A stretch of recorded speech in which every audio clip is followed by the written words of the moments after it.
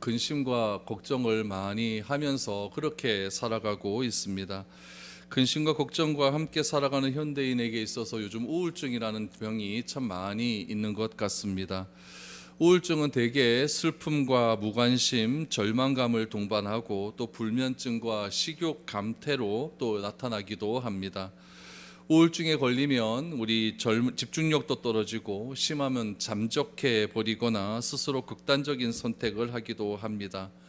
누구나 잠깐씩 이런 우울증에 빠지는 때가 있기도 하지만 어떤 사람은 우울증에 사로잡혀 있는데 이런 사람을 우리가 침체되었다라고 이야기를 합니다. 이런 우울증과 침체는 현대인에게 보편적으로 일어날 수 있는 현상들입니다.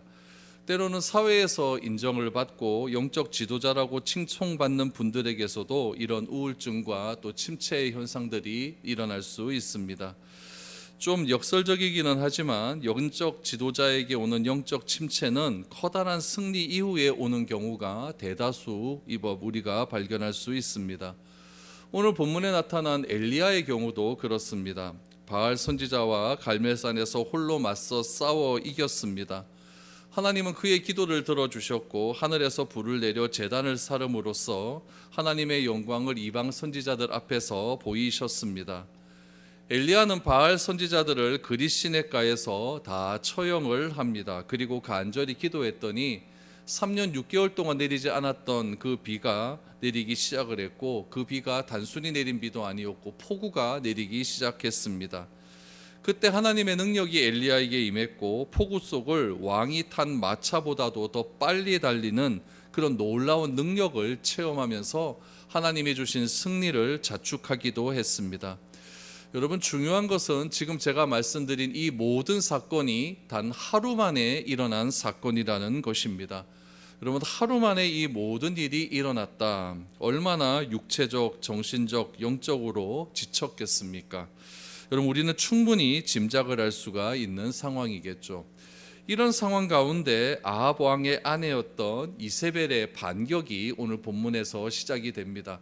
이세벨이 어떻게 반격을 하는지, 그 반격에 나온 그런 엘리야가 어떤 태도를 보이고 그 엘리야를 어떻게 하나님께서 일으키시는지 오늘 한번 살펴보았으면 좋겠습니다.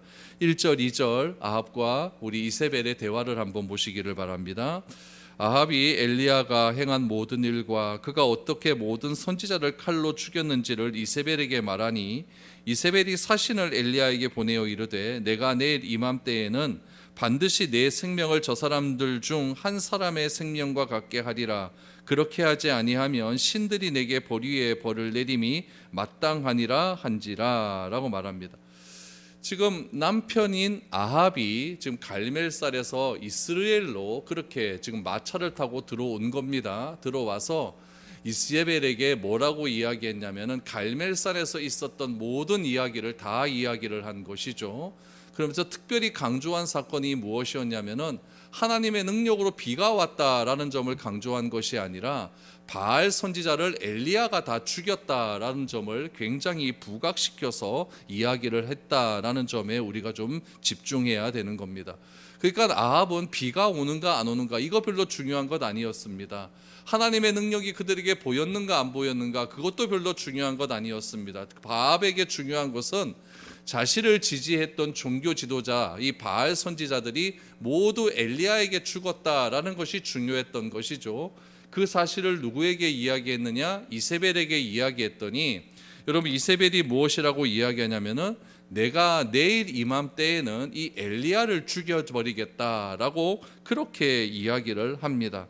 그럼 여러분, 우리가 여기서 이세벨의 이렇게 말하는 의도를 한번 살펴보아야 됩니다. 이세벨이 진짜 엘리야를 죽이려고 했을까요? 지금 엘리야는 어디에 있냐면은 지금 똑같이 아합 왕과 똑같이 이스라엘이라고 하는 그 마을에 있습니다. 같이 달리게 하지 않았습니까? 마차 타고 아합이 막 뛰어갔더니 엘리야가 같이 뛰어가서 마차를 이겼다라고 하는 장면이 나오지 않습니까?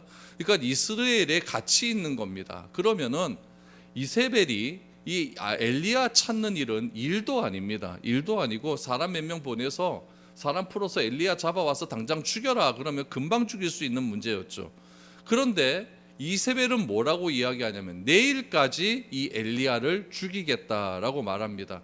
엘리야를 죽이겠다는 이야기일까요? 엘리야 보고 도망가라는 이야기일까요? 이건 엘리야 보고 도망가라는 이야기입니다. 그럼 왜 이세벨은 엘리야를 바로 죽이지 못했을까요? 이것은 갈멜산에서 있었던 그 이스라엘 백성들의 반응을 봐야 됩니다.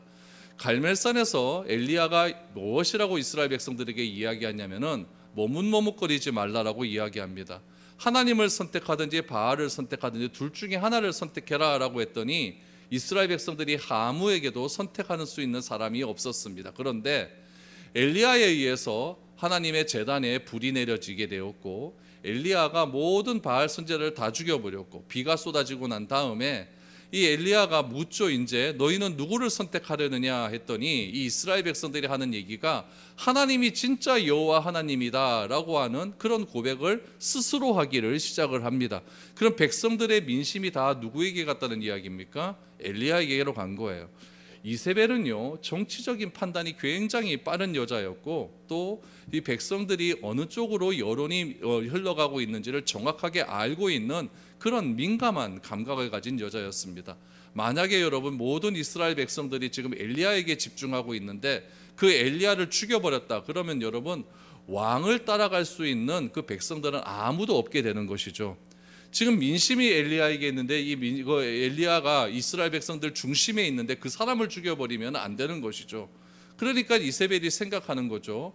백성들 가운데 엘리야만 없애버리면은 엘리야가 이스라엘 백성들 눈앞에서 사라지면 민심은 다시 아합에게 올 것이다 라고 하는 그런 판단을 하게 되는 것이죠. 그래서 이세벨은 엘리야에게 공포를 하는 것이죠. 만약에 내가 2절 말씀해 보니까 무엇이라고 이야기합니까? 보니까 이야기하죠. 사신을 엘리야에게 보내는 겁니다. 사신을 보내지 말고 사신을 엘리야에게 보냈다는 것은 엘리야가 어디 있는지 장소를 안다는 이야기죠. 그럼 사신을 보내는 것이 아니라 칼자비를 보내는 것이죠. 칼자비를 보냈으면 엘리야가 죽는 것은 당연한 건데 사신을 보내서 뭐라고 이야기하냐면은 내가 내일 이맘때에는 반드시 내 생명을 저 사람들 중 한 사람, 저 사람들은 누굴까요? 바알 선지자들이에요. 바알 선지자들 한 사람과 같이 똑같이 해버리겠다. 그렇지 하지 않으면은 신들이 내게 벌을 내리겠다라고 말을 해버리는 거예요. 그럼 여러분 나를 죽이겠다고 여러분 여왕이 지금 왕의 아내가 이야기를 했는데 그러면 여러분 안 도망갈 사람이 어디 있겠습니까? 그러니까 엘리야에게 빨리 도망가라는 이야기죠. 민심이 우리 아합에게 올 수 있도록 엘리야 너는 빨리 도망가라라고 기회를 줘버리는 것이죠. 그래서 여러분 백성들의 생각을 이렇게 이세벨은 하는 것이죠. 결국 백성들은 어떻게 생각하겠습니까? 그 놀라운 하나님의 능력을 행하고도 이세벨이 엘리야를 죽인다라고 하는 말 한마디에 엘리야가 도망가 버렸다고 한다면 백성들은 엘리야를 어떻게 생각할까요? 아유 저 쫌생이 결국 하나님의 능력을 그렇게 내세워 놓고도 하나님을 선택할 거냐 바알을 선택할 거냐 그렇게 당당하게 얘기해 놓고 자기 목숨 하나 죽인다고 하니까 도망가 버리고 그렇게 그런 사람 똑같네. 우리나 목숨 중요해서 다 버리고 가는 거 똑같네 이렇게 생각할 것 아니겠습니까? 그러니까 이세벨은 지금 바로 이런 점을 노리게 되는 것이죠. 엘리야에게 향했던 모든 백성들의 민심이 이제 다시 자기에게 돌아올 수 있게끔 엘리야를 굉장히 나쁜 사람으로 만들어 버린다는 이야기죠. 결국 엘리야는 어떻게 합니까? 이세벨의 의도대로 그대로 되는 거예요. 그대로 돼서 엘리야는 도망가기 시작을 합니다. 이세벨이 죽여버리겠다. 내일까지 내가 너 안 죽이면은 신들이 나에게 벌을 내리겠다라고 이렇게 엘리야 앞에서 이렇게 협박을 해버리니까 엘리야는 결국 그 말을 듣고 도망을 가기 시작을 합니다. 도망을 가면서 엘리야에게 다가온 것이 무엇이냐면 극심한 침체가 다가오기 시작을 하는 것이죠. 그러면 여러분 이런 침체가 우리에게도 일어날 수 있다는 이야기예요. 우리에게도 일어날 수 있어요. 그럼 이런 침체가 왜 일어나게 되는가? 오늘 본문 오늘 이 10절까지의 말씀을 통해서 먼저 두 가지 이유를 한번 찾아보겠습니다. 왜 침체는 일어나는가? 첫 번째 이유, 비교 의식 때문에 침체는 일어납니다. 비교하기 시작하면 침체가 일어난다는 거예요. 그럼 엘리야는 누구와 비교를 했는가? 우리 3절 이하를 보시죠. 그가 이 형편을 보고 일어나. 그가 형편은 어떤 형편입니까? 이세벨이 너 죽여버리겠다라고 하는 사신이 온 형편이겠죠. 그 형편을 보고 일어나 자기의 생명을 위해 도망하여 유다에 속한 브엘세바에 이르러. 브엘세바는 어디냐면은 이스라엘 골짜기는 이스라엘 저기 북쪽 끝에 있는데, 이 브엘세바는 제일 남쪽에 있거든요. 가장 멀리 도망가는 거예요. 가장 멀리. 브엘세바에 이르러 자기의 사환을 그곳에 머물게 하고 자기 자신은 광야로 들어가 하룻기쯤 가서 한 로뎀 나무 아래에 앉아서 자기가 죽기를 원하여 이르되 여호와여 넉넉하오니 지금 내 생명을 거두시옵소서. 나는 내 조상들보다 낫지 못하니이다 하고 로뎀 나무 아래에 누워 자더니 천사가 그를 어루만지며 그에게 이르되 일어나서 먹으라 하는지라 라고 말합니다. 여러분, 우리가 침체가 오게 되면은, 저도 뭐 그런 경험이 있어요. 우울증이나 침체가 오게 되면 제일 먼저 일어나는 현상이 뭐냐면은 상황을 굉장히 확대해서 해석합니다. 별로 일어난 거 별로 뭐 큰 상황이 아니에요. 근데 굉장히 크게 확대해서 생각을 하죠. 확대해서 생각을 하게 되면 결국 어떤 일이 일어나게 되냐면은 부정적인 상상력이 더해지기를 시작합니다. 자기 주변의 상황이 모두 암울한 것 같고, 모두 주변의 사람이 나를 미워하는 것 같고, 나에게 관심과 격려도 차단된 것 같은 그런 느낌이 자꾸 일어나기를 시작을 합니다. 여러분, 엘리야도 한번 보시기 바랍니다. 엘리야도 지금 자기에게 일어나는 현상이 있어요. 이세벨이 사람을 보내서 내가 너 죽여버릴 거야 라고 하니까 엘리야가 막 자기 목숨을 피하기 위해서 지금 이스라엘 여기서 브엘세바까지 한 5, 60km 되는 것이거든요. 글로 도망을 가서 거기에도 누굴 놔뒀냐면 사환을 놔둬버려요. 그 자기는 그것도 불안해 보니까 어디로 갔다고 하냐면은 광야로 도망갔다는 거예요. 광야는 또다시 북쪽으로 올라가는 겁니다. 광야에 돌아가서 로뎀 나무, 그런데 로뎀 나무가 여러분 큰 나무가 아니에요. 저도 로뎀 나무 밑에 가서 한번 쑥으려 봤는데 사람이 굉장히 비참해집니다. 쭈그려지고 고개를 푹 숙여야 되고 하여튼 그런 가시덤불이 많은 그런 나무 밑에 들어가서 엘리야가 굉장히 심각한 상황에 지금 처해 있는 것이죠. 그러면서 뭐라고 이야기하냐면 남과 비교하기를 시작을 합니다. 지금 엘리야가 비교하는 대상이 누군지 한번 보시기를 바랍니다. 누구와 비교하냐면 4절 후반절 하반절에 보니까 나는 내 조상들보다 낫지 못하나이다 라고 조상들과 비교를 하면서 나는 너무나 못난 존재다 라고 말을 합니다. 여러분, 이렇게 말하는 하루 전에 어떤 일이 있었습니까? 하나님의 놀라운 능력을 여러분 모든 이스라엘 백성들 앞에서 보인 그런 위대한 선지자 아니겠습니까? 거기다가 여러분 구약에서 선지자로 대표되는 사람이 엘리야입니다. 그리고 바알 선지자를 그리시네가로 다 몰아내갖고 450명을 한 번에 죽여버리도록 명령한 사람이 엘리야였어요. 그런 엘리야가 여러분 믿음의 조상보다 못한 게 어디 있겠습니까? 그런데 자기에게 목숨의 위협이 달려오니까 어저께 있었던 일을 다 잊어버린 것이죠. 다 잊어버리고 나는 믿음의 조상보다 아무것도 낫지 못합니다. 그러면서 내 목숨을 거두어 가주시옵소서라고 그렇게 이야기를 하고 있습니다. 그러니까 나가 너무 못난 존재라고 자책하기 시작을 하는 거예요. 여러분, 남과 나를 비교하는 것처럼 자신을 비참하게 만드는 그런 일이 없습니다. 남과 비교하는 일은요, 하나님이 제일 싫어하는 일이고요, 지혜롭지 못한 일입니다. 남과 자신을 여러분 비교하지 말아야 되는 이유가 무엇이냐면은 모두가 다르기 때문에 그렇습니다. 여러분, 사자와 독수리가 똑같지 않습니다. 사자는 땅에서 왕이고 독수리는 하늘에서 왕입니다. 땅에서 왕이 여러분 나는 왜 하늘을 날지 못할까라고 이렇게 비교하기 시작하면은 자기의 사자의 자존감은 다 떨어지고 만다는 이야기죠. 사람은 모두 다 장점이 다르고 분야가 다르고 관심이 다릅니다. 만약 내가 남과 비교하고 남을 흉내내면요, 여러분 틀림없이 침체가 찾아옵니다. 왜냐하면 그 사람이 잘하는 분야를 나도 잘하지 못하기 때문에 그렇습니다.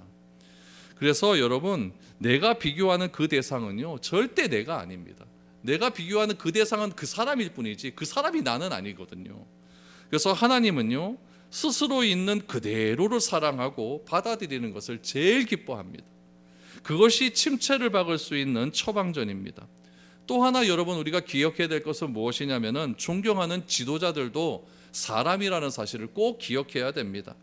사람이기 때문에 실수할 수 있고 사람이기 때문에 그 내가 존경하는 지도자도 영혼의 그림자가 있을 수도 있고 약점과 실수와 고민이 늘 존재합니다.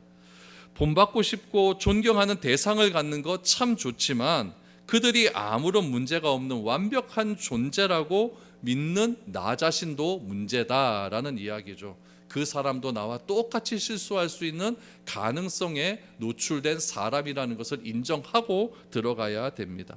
여러분, 이것은 무엇입니까? 저나 여러분이나 다 연약한 존재다라는 것을 꼭 기억해야 됩니다. 우리가 살아가는 이 사회 속에서 여러분 얼마나 시기 질투가 많습니까? 내가 조금만 뭐 하나 잘하면 거기에 시기를 걸어가지고 나보다 훨씬 더 많은 것을 가졌음에도 불구하고 그것 하나가 자기보다 못하다, 자기보다 잘났다고 그렇게 막 시기 질투하는 것이 오늘 우리가 살아가는 세상입니다. 여러분, 이런 세상 가운데 우리가 절대 남과 비교하지 말아야 되는 이유는 무엇이냐면은 하나님께서는 내 있는 모습 그대로를 사랑하시는 것이지 남과 비교해서 내가 가지지 못한 것 그것을 남에게 빼앗아 내가 가지고 싶다라고 하는 그런 상황을 하나님은 별로 좋아하지 않습니다. 그래서 있는 모습, 내 있는 모습 그대로를 사랑하고 인정하는 것이 중요하다라는 것을 기억해야 됩니다. 두 번째로 우리에게 이런 침체가 오는 이유는 무엇이냐면은 불필요한 자책감 때문에 그렇습니다. 불필요한 자책감. 엘리야에게도 이런 자책감이 찾아왔습니다. 10절 말씀을 한번 보시죠. 10절에 보니까 그가 대답하되 내가 만군의 하나님 여호와께 열심히 유별하오니 이는 이스라엘 자손이 주의 언약을 버리고 주의 제단을 헐며 칼로 주의 선지자들을 죽였음이오며 오직 나만 남았거늘 그들이 내 생명을 찾아 빼앗으려 하나이다 라고 말합니다. 그럼 지금 상황이 어떤 상황이냐면은 비는 내리지 않았고 선지자들은 이세벨에 의해 다 죽었고 하나님의 영광을 보여주었음에도 이세벨은 오히려 나를 죽이려고 한다라고 하는 것이 지금의 상황입니다. 지금 엘리야는 그 이유 때문에 지금 도망간 것 아니겠습니까? 이런 모든 상황을 엘리야는 누구 때문이라고 생각하냐면 다 나 때문이다라고 생각합니다. 다 나 때문이다. 그러니까 여기 보세요. 오직 나만 남았거늘 그들이 내 생명을 찾아 빼앗으려 하나이다 이렇게 얘기하는 거예요. 엘리야의 이 말을 정리하면 이렇게 정리할 수 있어요. 나는 3년 동안 죽어라고 고생했다는 이야기죠. 그러나 눈에 보이는 결과는 하나도 없다는 겁니다. 사람들은 여전히 하나님께 등을 돌리고 마음 문을 다 닫아버리고 있다는 거죠. 이런 상황을 내가 어떻게 해야 됩니까? 라고 자기 스스로를 자책하고 있는 것입니다. 여러분, 침체에 빠진 엘리야는요 민족이 변화되지 않는 것에 대한 그 책임이 다 나에게 있다라고 생각을 합니다. 그 책임이 엘리야에게 있습니까? 절대 그렇지 않습니다. 절대 그렇지 않습니다. 책임감을 지도자가 가지는 건 좋습니다. 가지는 건 좋지만 하나님께서는 지나치게 자책하는 것을 원하지 않습니다. 사람이라고 하는 존재는요 항상 내 뜻대로 원하는 대로 따라오지 않습니다. 여러분, 내 자식도 내 마음대로 안 되는데 남이 여러분 내가 원하는 대로 따라올 수가 있겠습니까? 절대 그렇지 않습니다. 여러분, 사람 때문에 힘들 때도 있고 어려울 수 있습니다. 그러나 우리가 기억할 것은 무엇이면 내가 절대적인 능력을 소유한 사람이 아니라는 점을 인정해야 됩니다. 어떻게 내가 말 한마디 하면은 그 말 한마디 한 대로 밑에 사람이 다 그 내 의도를 다 알아서 그렇게 다 알아서 척척 다 해야 되겠습니까? 절대 그런 사람은 없습니다. 나는 하나님이 아니기 때문에 그렇습니다. 하나님이 명령해도 우리가 다 하나님의 명령대로 순종합니까? 그렇지 않습니다. 그런데 사람이 내가 명령한다고, 사람이 내가 열심을 낸다고 어떻게 많은 사람이 내가 한 그 열심을 다 알아주겠습니까? 절대 그런 일은 없습니다. 사람에게 영향력을 미칠 수는 있겠지만 그들의 삶을 변화시킬 수 있는 능력은 우리 사람에게는 절대 존재하지 않습니다. 하나님은 그냥 하나님께서 우리를 부르신 그 자리에서 최선을 다해 살아가기를 원하시고 있습니다. 포기하지 않고 내가 서 있는 그 자리에서 묵묵하게 자기의 길을 가면 되는 겁니다. 눈에 보이는 결과가 크지 않는다 할지라도 하나님은 내가 서 있는 그 자리와 그 시간에 복을 주시는 그런 하나님임을 우리는 꼭 기억해야 됩니다. 열매는 하나님께서 때가 되시면 열매 맺게 하실 것입니다. 그러므로 우리는 어떤 결과 때문에 기가 죽고 주눅이 들 필요 하나도 없습니다. 엘리야는 생각합니다. 자기에게 자신이 실패했다라고 생각을 하지만 그건 어디까지나 자기 생각일 뿐이죠. 자기 느낌이고 자기 감정일 뿐입니다. 그런데도 우리는 실패한 것 같다라고 하는 생각이 앞서는 것이죠. 그럼 엘리야가 기대했던 것은 어떤 상황일까요? 하나님의 불이 갈멜산에서 내려지면은 아합과 이세벨이 자기 앞에 와서 무릎 꿇는 장면을 상상했을 겁니다. 그리고 아합과 이세벨이 철저하게 회개하고 하나님께 나와서 그렇게 하나님께 잘못했다라고 회개하는 장면을 틀림없이 상상했을 겁니다.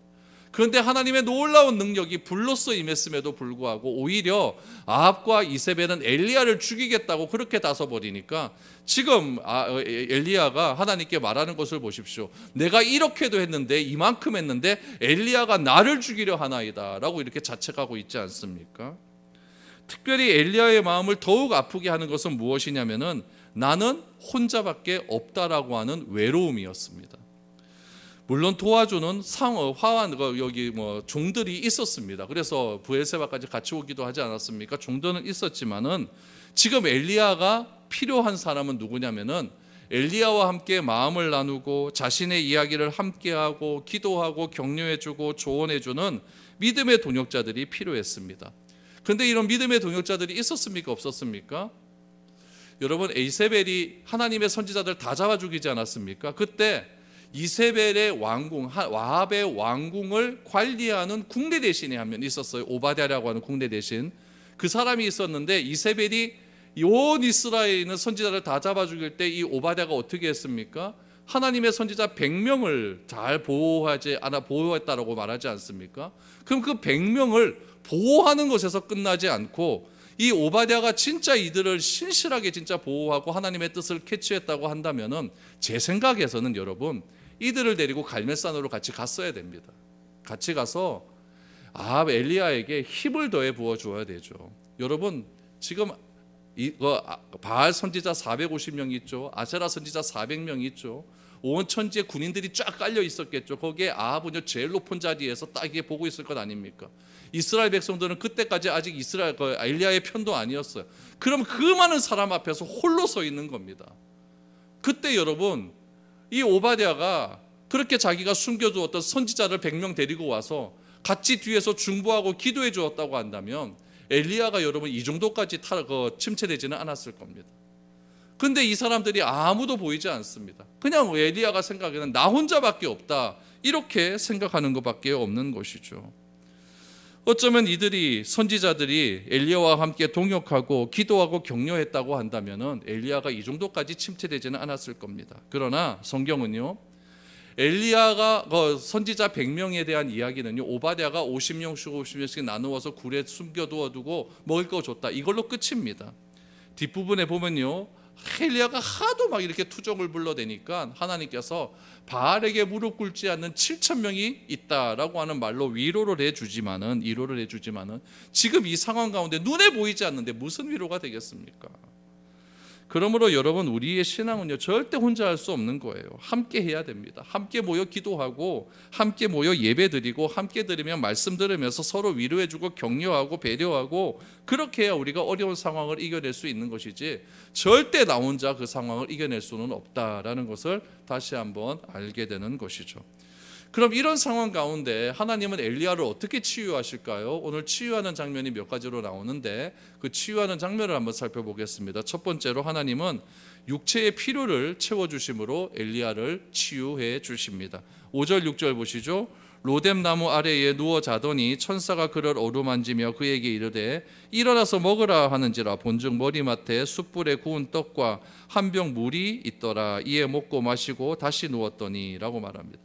탈진한 엘리야가 로뎀 나무 아래에서 잠이 들었습니다. 그때 하나님의 천사가 그를 만지며 일어나서 먹으라 라고 했죠. 엘리야는 주위를 살피고는 여러분 이게 중요해요. 먹고 마신 다음에 또 잡니다. 여러분 자야 돼요. 먹고 마신 다음에 또 잡니다.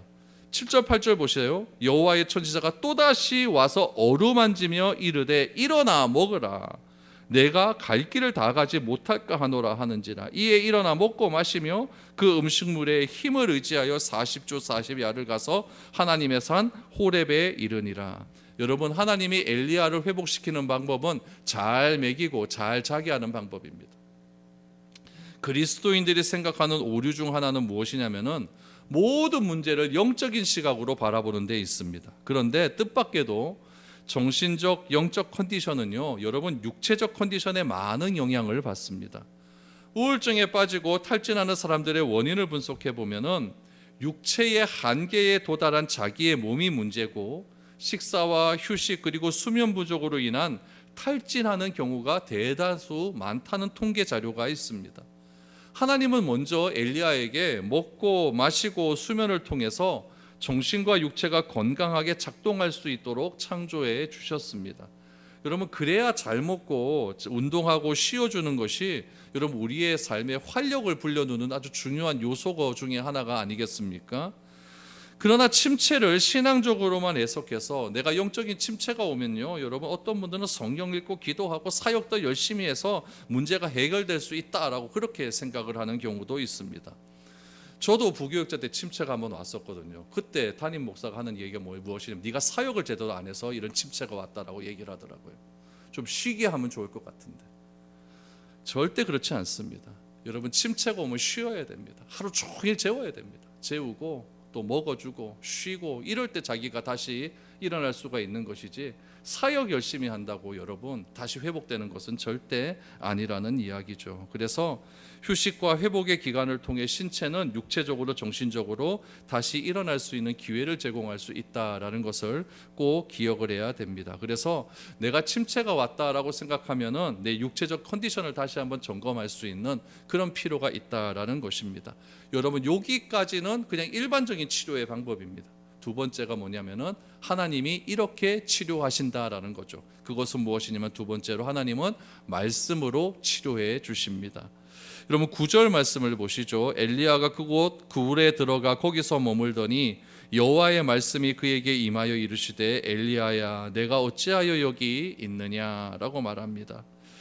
하나님은 엘리야가 육체가 회복한 이후 아침에 서늘한 동굴에 나타나셔서 엘리야에게 말씀하십니다. 너가 왜 여기에 있느냐라고 말씀을 하시죠.